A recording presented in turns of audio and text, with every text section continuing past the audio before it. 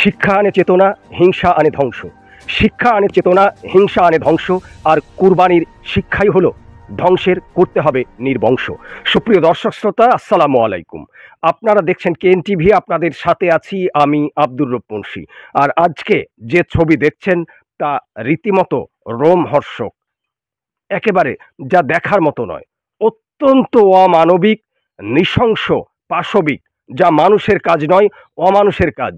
আর সেটা হচ্ছে দাঁড়িয়ে আছি একটি কলা বাগানে, আর এই কলা বাগানের কাঁদিগুলোকে এক এক করে ঝুড়ে দেওয়া হয়েছে। শুধু একজনের নয়, একাধিক চাষির অসংখ্য কলার কাঁদি, যা কিছুদিন পরেই কাটা হবে, যেগুলো কাঁচা রয়েছে এবং যেগুলো কেবল প্রস্ফুটিত হচ্ছে, অর্থাৎ কুড়ি বেরোচ্ছে, সে কাঁদিও একেবারে কেটে মিসমার করে দেওয়া হয়েছে। কে বা কারা করেছে তা প্রায় অধরা। তবে প্রশাসনকে জানানো হয়েছে হয়তো খুব শীঘ্রই প্রশাসন আসবে, তারা পর্যবেক্ষণ করবে। এবং কেএন টিভির পক্ষ থেকে আপনাদের অ্যাপ্রিসিয়েট করতে চাই যে নিঃসন্দেহে প্রশাসন তদন্ত করে সুনির্দিষ্টভাবে সেই দোষীদেরকে আইনের আওতায় এনে দৃষ্টান্তমূলক শাস্তি পেশ করবে। আর এটি হচ্ছে সেই জায়গা, একেবারে দোগাছি ডাবটিপাড়া আর দোগাছি নিমতলা পাড়ার মধ্যবর্তী একটি মাঠ। একদিকে শোভরাজপুর সর্দারপাড়া আর ডাবটিপাড়ার মাঝামাঝি মাঠ। বিশেষত জমির পরিমাণ এই ডাবটিপাড়ার লোকেরই বেশি। যাদের এই কলার কাঁদি কেটেছে, যাদেরকে একেবারে বলা যেতে পারে চরমভাবে হতাশ করেছে, সেই সমস্ত চাষি ভাইদের সঙ্গে কথা বলবো যে আসলে এই যে কলার কাঁদি কাটা হয়েছে, এবং এটা কি এই প্রথম নাকি এর আগেও ঘটেছিল, যদি একটু বলেন। এর আগেও নদীর ধারে মাঠে ঘটেছে, আর এই যে আমাদের মাঠেও এই কেস, মানে কলার কান্দি সিদ্ধি হেসি বাদি সব ঝুড়ি ফেল দিছে। দেখেন কান্দি কলা আমার বাগানে প্রায় 25-30টা মতন কলা ঝুড়ি ফেল দিয়েছে। প্রশাসনের তরফ থেকে যাতে সঠিক ব্যবস্থা তদন্ত করা হয়, তার জন্য আমরা প্রশাসনের কাছে আবেদন রাখছি। আপনারা কি মনে করছেন, কেন এইভাবে কলার কাঁদিকে মানে কেটে দিচ্ছে? অপুষ্ট, মানে যেগুলো এখনো পুষ্ট হয়নি, যেগুলো এখনো বিক্রয়যোগ্য না, এরকম কলার কাঁদি কেটে ফেলা হচ্ছে কেন? এটা কিসের রাগ ধরেন, কি করে বলবো, আমরা তো বুঝতে পারছি না বিষয়টা।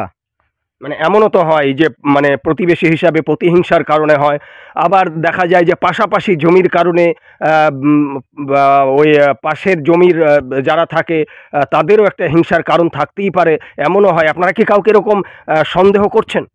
এরকম সন্দেহ আমরা বুঝতে পারছি না খুব একেবারে। সুপ্রিয় দর্শক শ্রোতা, আমরা কথা বলবো আরো জমির মালিক যারা আছে, যে আপনার কলা কেটেছে? হ্যাঁ কেটেছে। কটা কেটেছে? আমার 22টা। আপনি কি মনে করছেন যে মানে কোনো হিংসার কারণে বা অন্য কোনো কারণে এই কলার কাঁদি কেটে ক্ষতি করছে? কারণ কিছু মনে, আমার দিক থেকে কোনো হিংসা আমি তো দেখছি নি, আমার দিক থেকে কোনো হিংসা দেখতেছি নি। তার মানে আমার জমির পাশালিও কারোর ক্ষতি নাই, আমার স্বাভাবিক বাগানের ভিতরে আপনার আধখান কেটেছে, আধখান কাটেনি। আমরা কথা বলবো এক এক করে চাষি ভাইদের সঙ্গে যে কি মনে করছেন। আমার কলা পাশে আছে, আমার বাগানও ঢোকেনি, ক্ষতি হয়নি। বাদ বাকি পাশকার জমিগুলো ক্ষতি হয়েছে, মারাত্মক ক্ষতি হয়ে গেছে। এটা যেভাবে হোক তদন্ত করে আপনারা ব্যবস্থা নেওয়ার ই করেন। এক নয়, একাধিক, প্রায় 70 কয়েকজন চাষির মিলে, কিন্তু কেন করেছে, কি কারণে করেছে তা আজ অধরা, জানে না কেউই। শুনবো আমরা এই ঘটনা কেন ঘটেছে। বহু কলার কান্দি ঝোড়া, এবং আমরা দেখে বলছি যে এক আশ্চর্য ঘটনা, এখানে এই ক্ষতি করেছে মানুষে। তো মানুষে এটা বিশাল অন্যায় করেছে। একটা চাষি লোকের যে ক্ষয়ক্ষতি, মানুষ সার বীজ দিয়ে তৈরি করেও লাভ হয় না অনেক সময়। কাল তো ধরেন মাঠে ঈদের দিনে মাঠে আসিনি আমরা, মাঠে রাত্রি 9টার সময় খবর পেলাম, এসে দেখছি যে মাঠে সব কলা ঝোড়া। হ্যাঁ, এই যে কলা ওষুধ দিয়ে তৈরি করি, মাঠে কলা সব এইভাবে কাটছে, এর আগে একবার কেটেছে, বিশাল ক্ষতি হয়েছে মাঠে। হ্যাঁ, আইছে ও মাঠে আরবার 6 মাস হয়েছে, তার তো কিছু হয়নি। এবার তো এই মাঠে ঝরলো।